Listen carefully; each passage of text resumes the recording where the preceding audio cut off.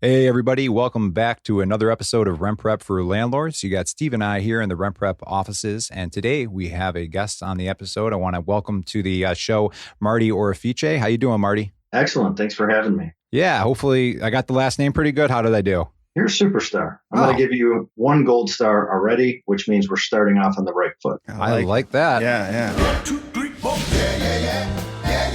Welcome to the Rent Prep for Landlords podcast. And now your hosts, Stephen White and Eric Worrell. Good start. So rather than you talk about yourself, I like to read a little bit of a bio, a little bit of a brag sheet for Marty.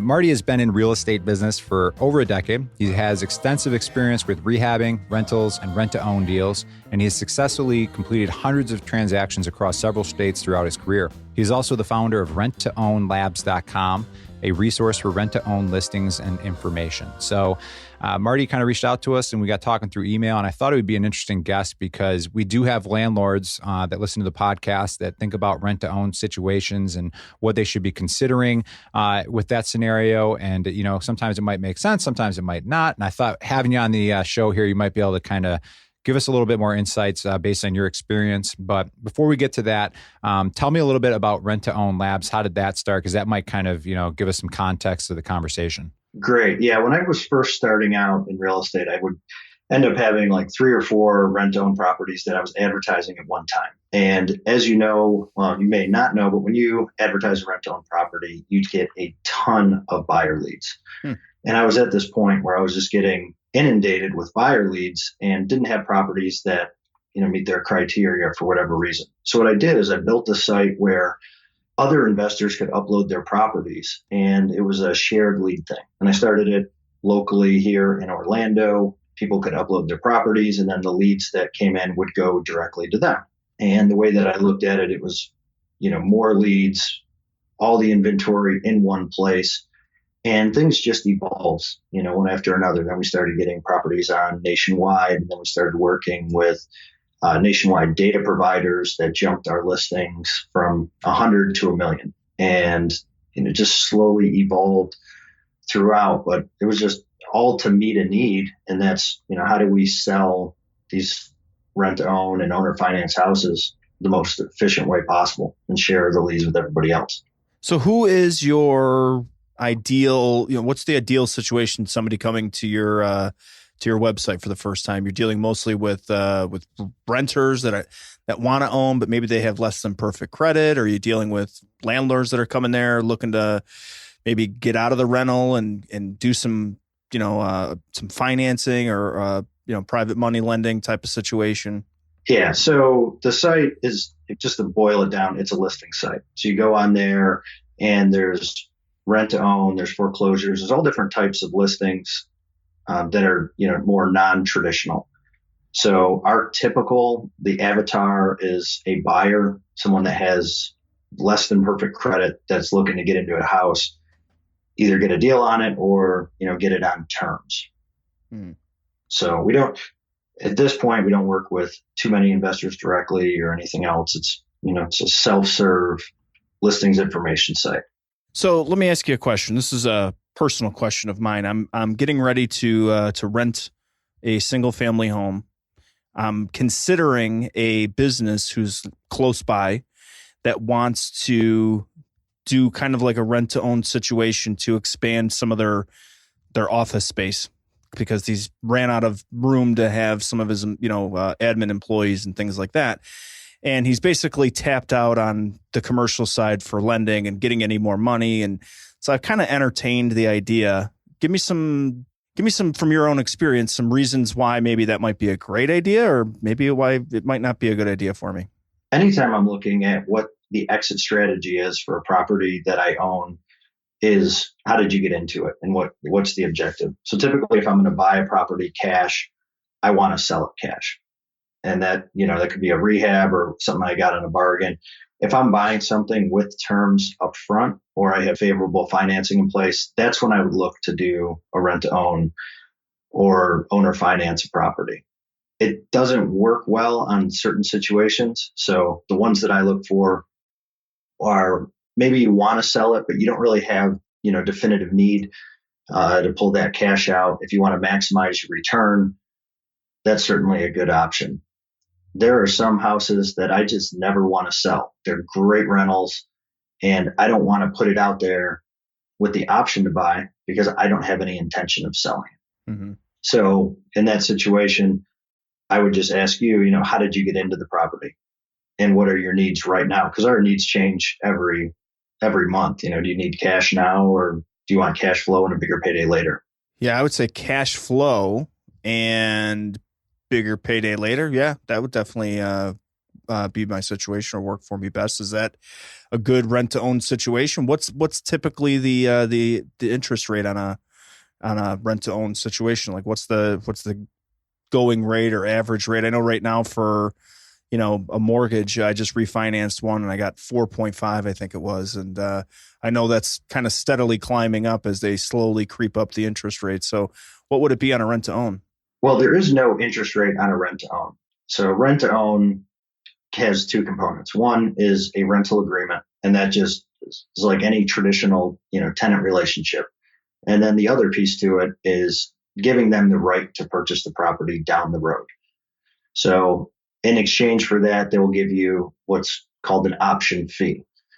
So there's no interest rate on that. Now, if you turn it around and go, well, I want to be the bank. I want to finance this property for the buyer. In that case, you would set terms. You would set interest rates, the same way that a bank would. Right. But if you're just doing, say, a 24-month, rent with option to buy, then, there would be nothing. You would just set a purchase price at the time of the execution of the agreement. Gotcha. So what are the risks involved there? Horrible situations or less than favorable situations where maybe you get somebody in there who doesn't treat the property correctly or right, or something, you find out that something goes wrong and maybe that option price now changes. Does that happen? And how do you deal with that? Absolutely. There's things that can go wrong on both sides, both the buyer and the seller. With the seller side, yeah, it's the same as any type of risk that you're going to have with a tenant. They can bang up the property, they can, not pay, all those type of things. Where it gets more risky is that when they have an option to purchase, it gives them what's called equitable interest in the property. And depending on how you structure it, I don't want to get too far into the weeds. If you want me to, just let me know with how you structure it using trusts and beneficial interests and things like that. But as a normal option, they have an equitable interest in the property. So what that means in very simple terms is instead of a simple eviction, may turn into a foreclosure situation if they fight it and you get in front of the right judge. Mm-hmm. So, and that's a big risk. Mm-hmm. Yeah, definitely. And then situation goes great. Everything goes as planned and you end up, selling the property for the agreed upon price.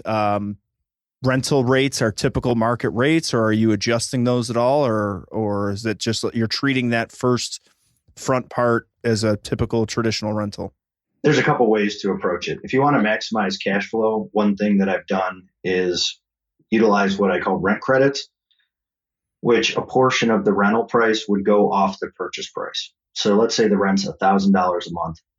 I would say, okay, look, for every dollar you put above 1,000, I'll match you 50%. So if you put in $100 extra a month, I'll match you 50, and that'll go towards the purchase price. And what that allows you to do, or you can structure it really any way. You can do 100% matching.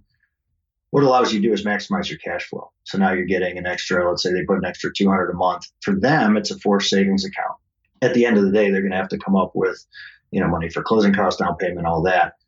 It's a forced savings account. There, it's a win for them. It's a win for you because you're increasing your cash flow. And typically, you can charge a little bit above a premium on the monthly payment anyway, because you are extending that option. Right. When you say a little bit, you're thinking like $100 a month or something on the rent, or? Yeah, I mean, it depends on the price range. If you have a $3,000 a month rental, it would be, you might be able to get 500 extra, 300, but on $1,000 rental, yeah, maybe 1,100, and people wouldn't look at it in the same way that they compare because this is something that they're going to own. Okay. And you can structure it in a way that it's a win-win. Okay. one of the things I'm interested in is, let's say you do have a rental and it's not one that you plan on keeping in your portfolio for a long time. You're thinking about selling it. Take me through the thought process of selling this as a rent to own possibility versus just selling it off. I mean, is there what are the pros and cons to somebody if they don't have a huge need for money today? What would you tell that person? I look at it a number of different ways. One, obviously the situation. So if you don't need the money right away, then you can either just straight rent it or, put it on the market and sell for cash. If you do the rent to own, what you're doing is you're opening it up to all buyers. And so you're going to get a lot more activity. If you're in a slower market, that's the other thing is, market timing. If you're in a market where, you put a house on the market and you get 15 offers, within the first 3 hours, which I've seen markets like that down here in Florida, then there's not really as much need. But when you're in a declining market, let's say it's 2007, the market's starting to turn and things are sitting on the market longer, that's an option to increase the number of buyers. You can do properties that need to be fixed up a little bit. You can do a work for equity program. So instead of, them coming in with a larger option fee, you can exchange them fixing up certain things on the property, for their down payment or their option fee. Yeah. So I'm thinking of Eric's situation right now. I'm going to get personal here, Eric. You cool with that? You're getting real personal on this podcast, Steve. Yes. Steve, what are you doing here? Well, I'm thinking of Eric's situation. He's got a rental property in the city of Buffalo that, depending on what day you talk to him, he's got a different idea of what he wants to do. I want to sell it. I want to keep it. My problem, you need to understand the problem here, really, the genesis of it, is we have this Facebook group. And the things you see in the Facebook group, sometimes you're like, oh my gosh, my rental, I'm like one step away from getting sued because you're only seeing the bad stuff. So maybe I'm in that Facebook group too much. Yeah. But Steve's right. I do kind of teeter back and forth on selling or renting. And currently I'm standing with renting, but I'm sorry, I stole your thunder there. Well, I'm just wondering for your situation, would you consider a rent to own situation? Let's say I know you got one kind of longer term tenant in there. Mm-hmm. I know his situation personally may not be a great situation for owning, but maybe. Yeah. Well, actually, that's a good question that kind of brings up too. What would you say the pros and cons of a rent to own situation with a existing tenant versus getting somebody new in? Because right now, my existing tenants, I don't know if they would be a good fit for a rent to own. Maybe just because. And why is that?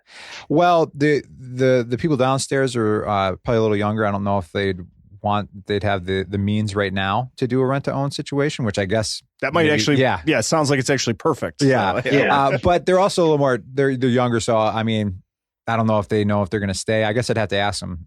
Above, the tenants up above, I don't know if they're interested in, I think their next place they're going to live in is going to be a single family. Okay. With that situation, it's worth a conversation. If you don't have to go out and market and find someone and you're dealing with someone that's already in there, what you're doing is every person you're touching, you're elevating them. You're saying, hey, look, you're here. I can take you up to being a homeowner if you want, because there's certain things you can do. You can say, we'll do a rent to own for a short period of time. And then if it looks like you're doing well, then I'll become the bank and you can finance it for them if you don't think that they're, if they can do that. Mm-hmm. Mm-hmm.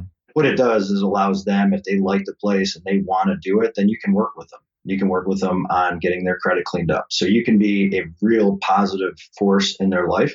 And, it's a win-win all around, because then you don't have to pay commissions on either side. You don't have to spend the time looking for someone else. It's already in there. It's nice and clean and neat, and they already like it. So I can let them know too that there's already pre-existing tenants. Yeah, right. Which would be them, I guess. So I guess that's not a big selling point. Another question I got for you, or an interesting aspect specifically with your property, Eric, and I'm sure this is happening all over the country. Sort of the ebb and flow of the rental market or the real estate market in general. Eric's property's in a part of town that we feel like there's a bubble about to happen, and it's about to burst, where there's been a pretty significant inflation in property prices and real estate market, and it's gonna either level off or crash, one or the other. So if you get somebody in that situation and you give them that option to buy and you lock in a price, I guess my question is that price locked in? And maybe, unfairly, maybe that benefits Eric in the long run because that locked in price maybe is 10,000, 20,000 over market value now because that's what the home was valued at 2 years ago. How does appreciation and depreciation play into, options that you're setting up? Yeah, that's a great question. And it really depends on if you're in an increasing market or decreasing market. So at the end of the day, if they need to get a loan, they're going to be able to get a loan based on appraised value. Right. So that's one way to set the purchase price in the beginning is just say, hey, whatever it appraises for when it's time to sell, that's what we're going to go with. Okay. Otherwise, it's a conversation. But if it's the market's going up and to the right, then as a buyer, they want to lock in that price. Right. And I know I know tenants that locked in prices that in a rapidly appreciating market, they were able to see, $40,000, $50,000 within a year. Wow. And the landlord comes back and says, hey, look, I'll give you 25 cash. I want to keep the house. Wow. Wow. Right. I know multiple situations like that. So, and then when the market's declining, I've had this happen. At the end of it, they just go, you know what? Keep the deposit. I don't want to live in the house. It's not worth the price. And they just walked away. Right. And I had one house where 5 different people walked away. Wow. And the market had come down significantly. It was a $300,000 house, now worth $200,000. And, the $60,000 in option fees that were collected over that time definitely helped soften the blow a little bit. So I'm doing the math here. I feel like it's not a hard one. You had 60,000, 6 people walked away. Is that about right? Is it like $10,000 for that deposit, or what do you usually charge or something like that? I'm sure it depends on the property. Well, it depends on the person. So the way I look at anyone is very similar to underwriting guidelines. You have, what is their stability with their credit? What's their stability with their job? How much income do they make? Do they have a bigger down payment? One guy, is a business owner, owned multiple businesses, and he was going through a tough time, divorce, and he just didn't want to have his name on another piece of property while he was finalizing a divorce. So he put down $25,000. And there was another guy who said, hey, I can put down $5,000. That's all I have. And it just, you base it, for me, if there's higher credit, then, that option fee goes down because it's all just balancing risk. And if they're used to paying their bills, then there's going to be less risk than someone that's not in the habit of paying their bills. Make sense? Mm-hmm. Yeah. And speaking of risk and credit and sort of going down that road, that's obviously our area of expertise. So I'm curious, how are you running credit reports? How are you doing all that in a situation? Are you doing it from the standpoint of like typical tenant screening and treating them as a tenant, or are you looking at them from the perspective as a homeowner and running the credit under that premise? No, running it as a tenant. Okay. And so you're just, you're looking at it as, in that tenant screening. Do you rerun it in 2 years for that option to make sure that you're still making a good bet, or is it already locked in and there's nothing you can do? You had that one option to screen them in the beginning and that's it. That's it. And what I like to do is I like to, set people up for success. And that might be checking in every quarter, every few months, saying, hey, it's really important to have a plan, and it's following up with them to make sure that they're following the plan. So I was helping one of my investor friends sell his house, and a guy moved into it. It wasn't even listed as a rent to own. Really nice part of Orlando. And a guy moved in, and he's like, look, I need 6 more months on my job before underwriting will give me the loan. Mm-hmm. It's like, okay, so I'll give you above average rent. This is the house I want. We'll do the option for 12 months and we'll go from there. And so that was checking in with his mortgage broker every month. Hey, where are we at? How does our underwriting look? There's just that consistent follow-up that you would traditionally do in a contract to close situation.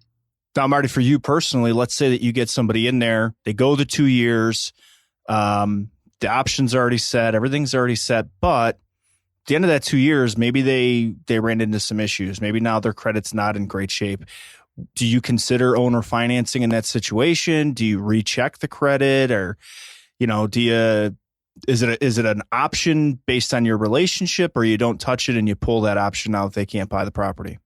It's the answer that is the answer for every question in real estate. It depends. Yeah, it depends on the relationship. It depends on their payment history. It depends on what my exit strategy needs to be. if I need to sell it or if I don't.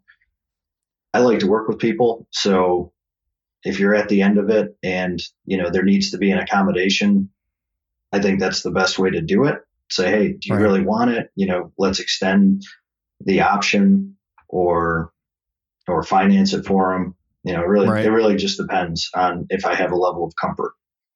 That's a nice built-in feature there to say like, hey, I'm going to extend the option and, give you an extra year or 2 years or whatever to rehab and your credit and build that and work on that.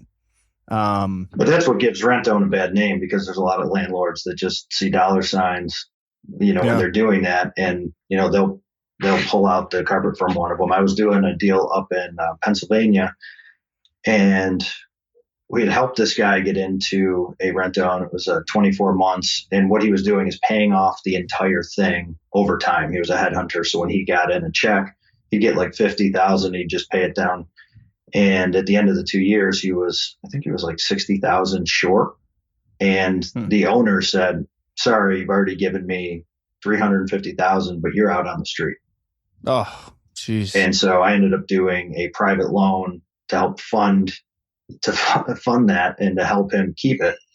And he was eventually it was a success story. He ended up doing it, but it just depends on, what side of the table you fall on. If you want to be hard line, follow the contract exactly, or you want to have a little bit of compassion and help move people forward.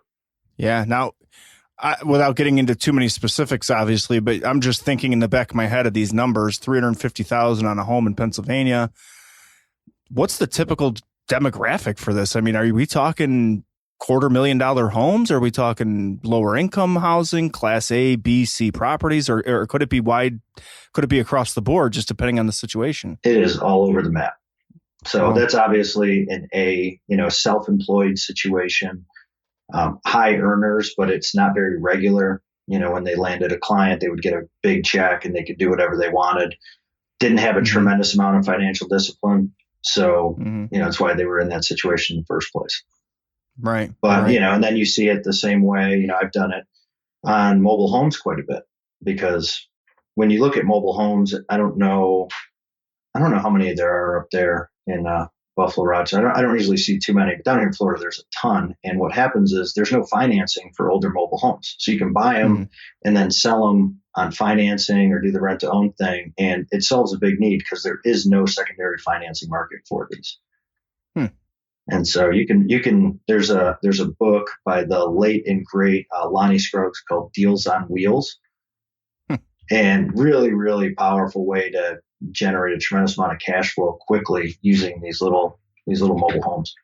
I want to get that book just based on the title alone. Yeah, I kind of like the title too. Yeah. Deals on Wheels. I love it. Yeah, he just says, there's little boxes that spit out money. Yeah. We've got some pockets of parks, mobile home parks. I know I've got an uncle in North Carolina who owns a couple of parks, mobile home parks, and he's done that where he's gone in, purchased an entire park off of a company, but then gives the option to for each of the people living there, especially the longer term, gives them the option to buy it basically back from him, and then he's doing the financing on it, and he loves it. That's pretty much all he deals with in his investment strategy is just mobile home parks and mobile homes, and I think he's next to a military base, so it works out really well because you got guys that might only be there for 8 years, 10 years, depending on their, when they're going to retire or whatever. Usually they're a little bit older guys, so their retirements are coming up or down the road. So he's done really well in that market with it. Yeah, and that's a little bit larger scale. But if you're just starting out in the business, it is a tremendous way to get your foot in the door and work on deals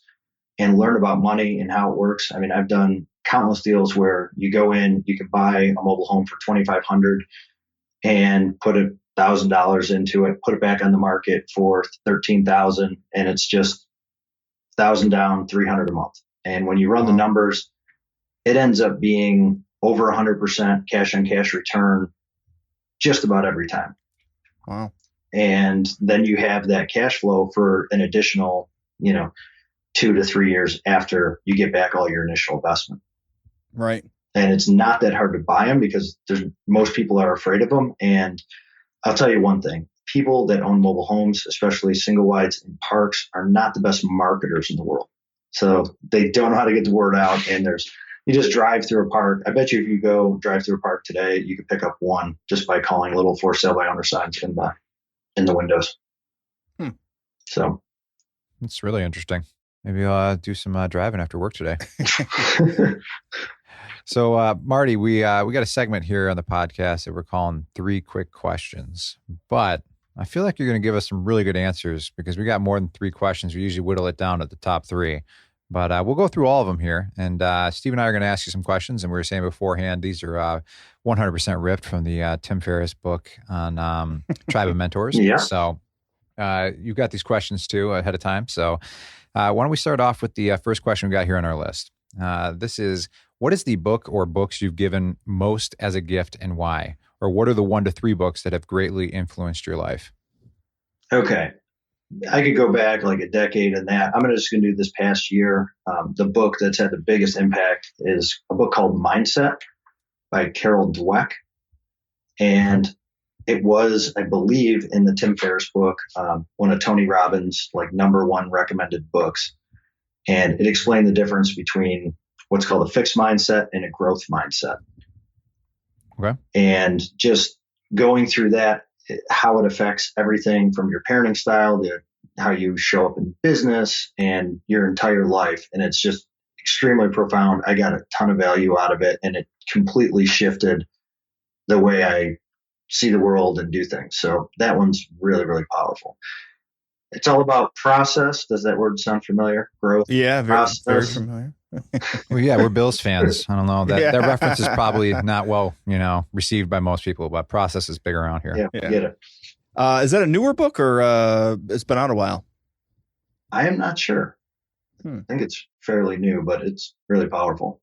Well, Tony Robbins is a pretty smart guy, so it's pretty good recommendation. He's okay. Next question for you, Marty. What is one purchase of $100 or less that has greatly helped you as a landlord or a property manager or an investor? All right, I'm going to give you 2, and they're both software tools. One is Evernote. Oh, yeah. I'm sure you guys have heard of it. The way that it was really, really powerful to use it in the real estate business is this: going out and doing property inspections. So I had gentlemen going out, looking at properties, doing the inspections, and would go in, create a note, take all the pictures in the note, have all the details, we had different criteria, how's the neighborhood, what needs to be done, all that type of stuff. And when you're just going out looking at 20, 30 a day, a couple times a week, and these deals start to boomerang back, you just do a quick search for the address and boom, you got all the pictures, everything else. He can do it right from his phone. Pictures upload directly so we can see what's happening in real time. So that one, tons of different uses for it, but it was just really, really helpful on the acquisition side and doing property inspections.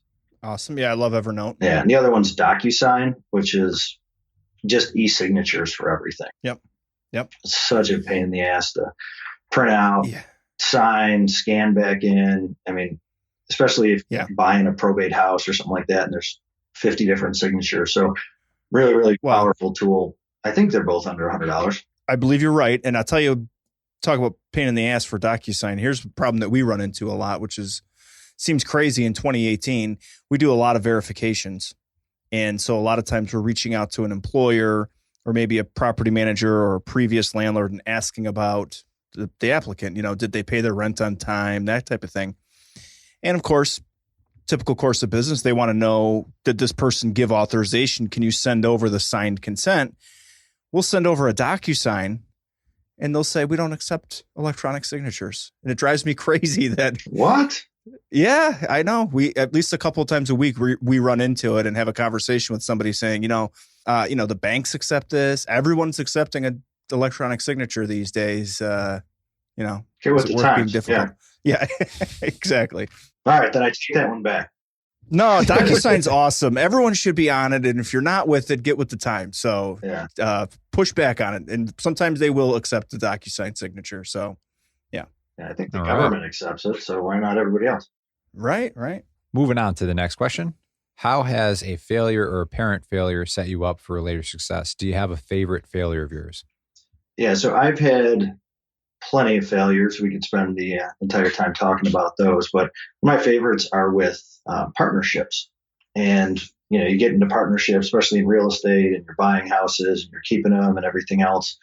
And when I was first starting out, I would go into them, best intentions and everything else. And some of those didn't work out as well as I would have liked. And what I took from it is there always needs to be checks and balances in terms of finances. And so instead of just saying, okay, you handle all of that, I'm just going to do what I do best, acquiring houses and getting them fixed up and things like that, I would just make sure anything that I do, there is a checks and balances and transparency with all accounting.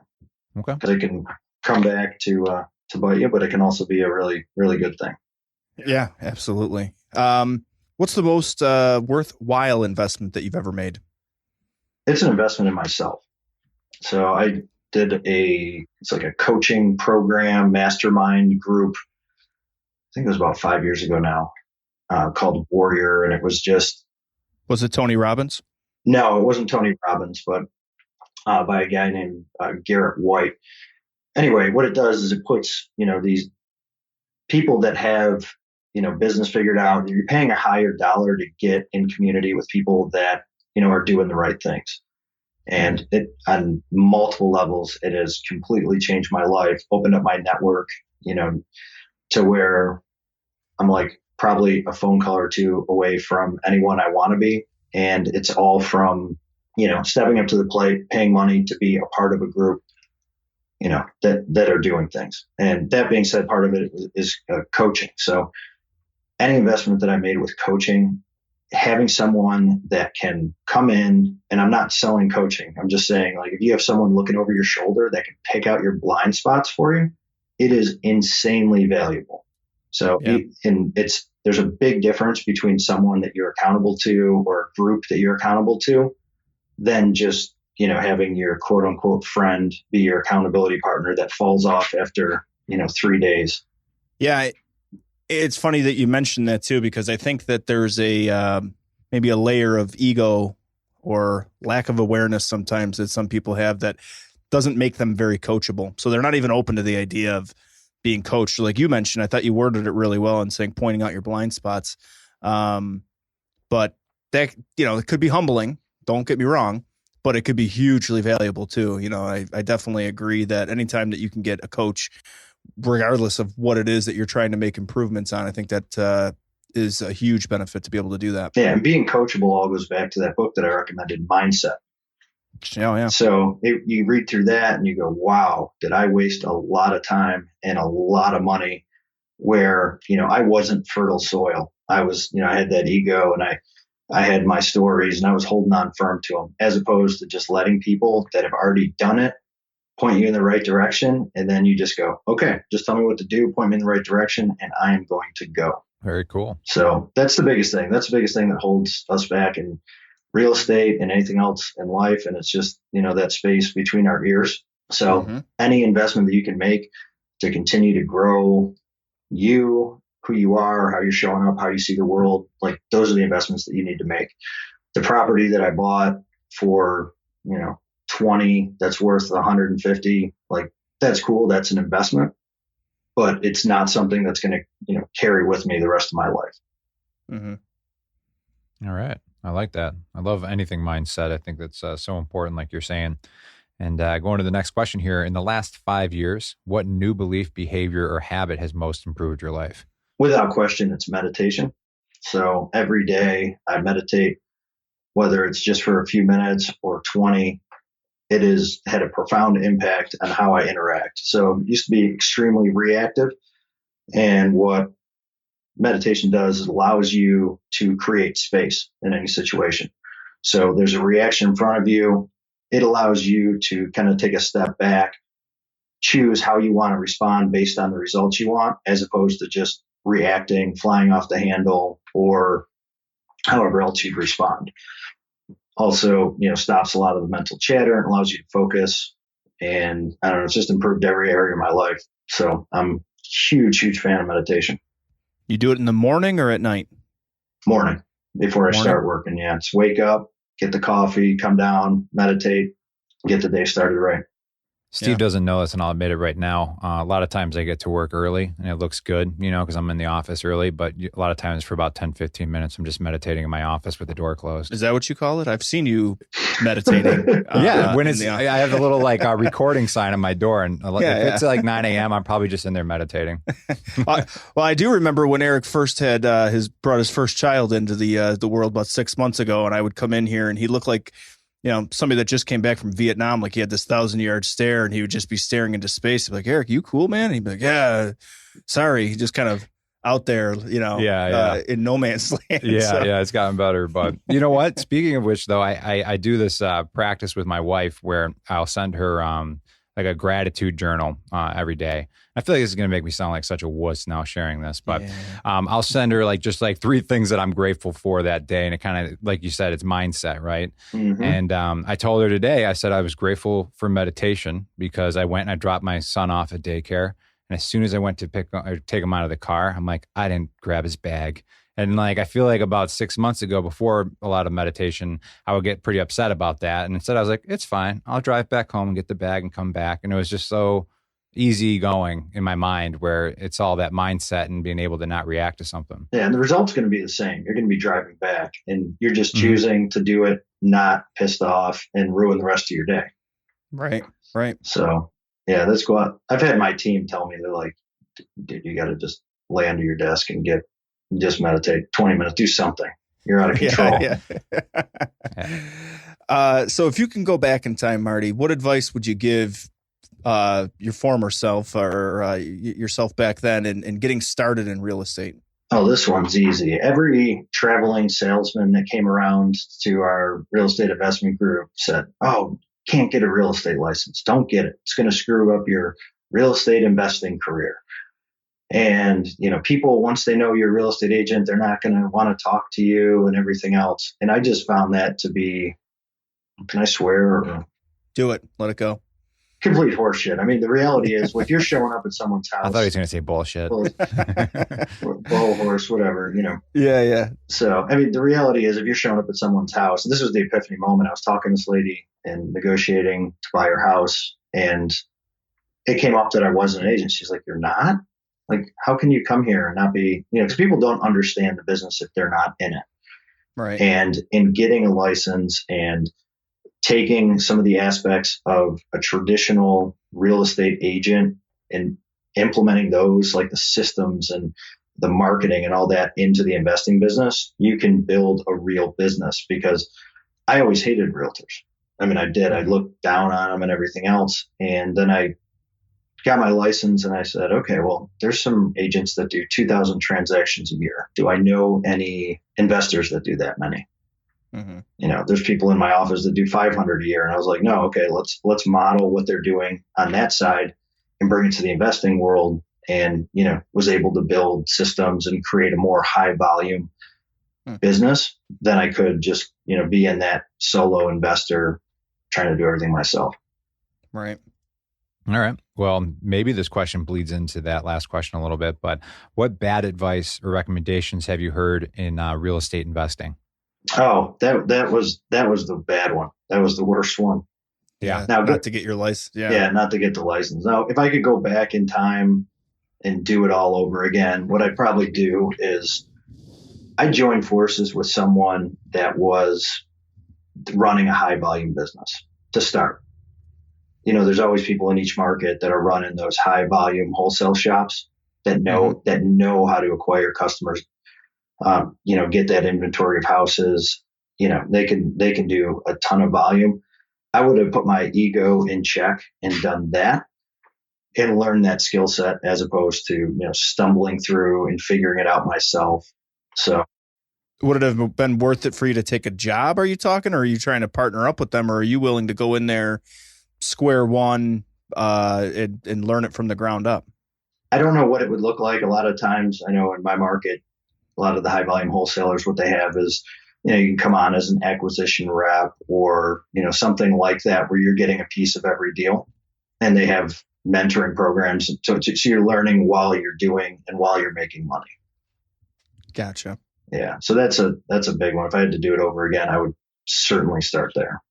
All right. This is a big one for anybody who's experienced any level of success in their life.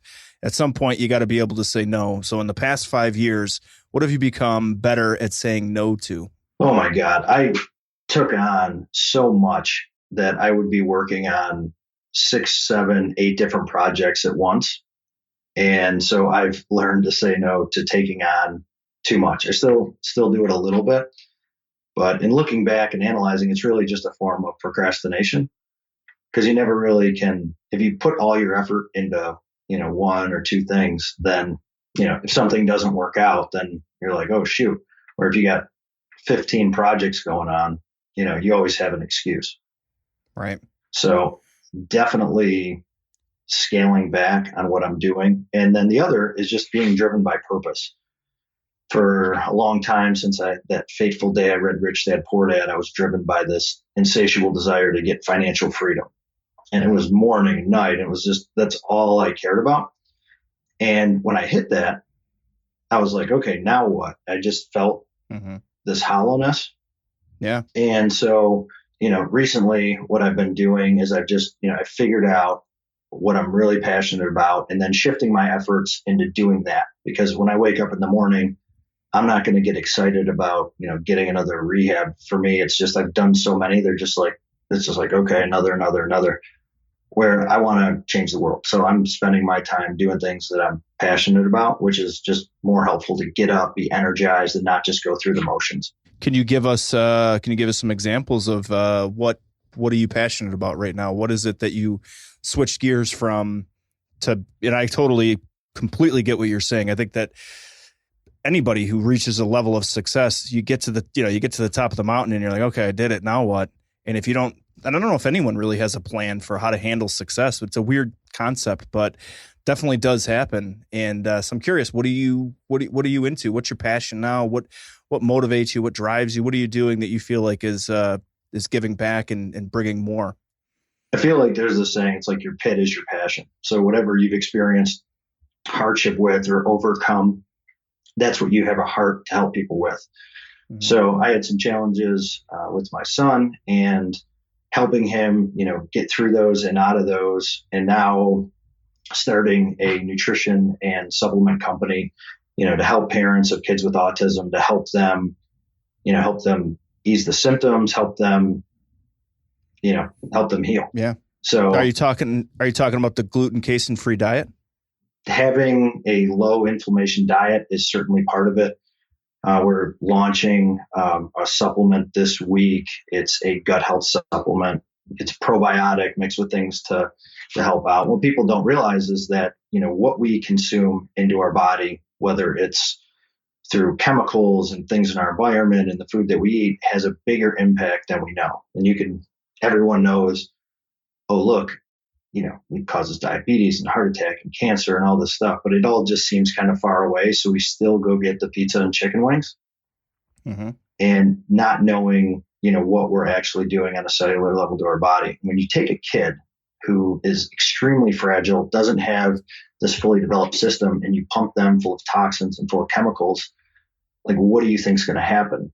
At some point there's a breaking point. So It's helping their body's ability to, process toxins and heal itself, and doing that through very targeted supplements and through nutrition, like gluten and casein, which are, big problems with inflammation and cause a tremendous amount of issues in kids with autism. Actually, pretty much everybody, but.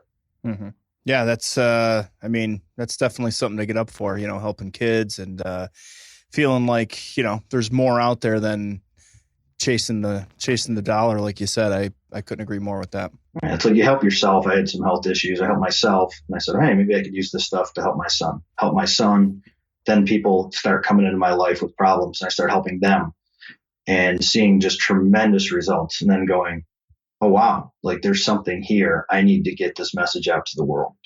And Thankfully, I'm in a position from, a decade of investing and the rentals and, all the business stuff to be able to do that. So I'm very, very grateful for real estate. I still do I'm still doing it. Still got my rentals. I'm still doing some flips. I just scale back from doing 15 at a time down to a few. Right. Very cool. Yeah. Marty, if somebody's listening in and they want to get in touch with you, or maybe they want to learn more about your passion projects, like what do you want to share with them? Like, how can they get in touch with you? They can check out our website at myallstarnutrition.com. All right. Very cool. Yeah. And there's a link to a Facebook group. We have a community online where parents help each other and share stories and wins, success, stuff like that, what's working. So again, I'll do that through myallstarnutrition.com. All right. Perfect. Awesome. Well, I really like the change of direction in this podcast. I feel like we went a lot of different areas, and I had a good feeling that you'd have some really good insights on those last 8 questions we asked you there. And just definitely taking notes. Steve was too. So I'll be checking out definitely that mindset book. That sounds really interesting as well. For sure. But Marty, thanks for being on the podcast. We appreciate your time and insights, and just thanks for being here and sharing all of your experience with our listeners. Yeah, I really appreciate it. You guys are doing a great job, and keep up the good work. All right. Thanks Marty.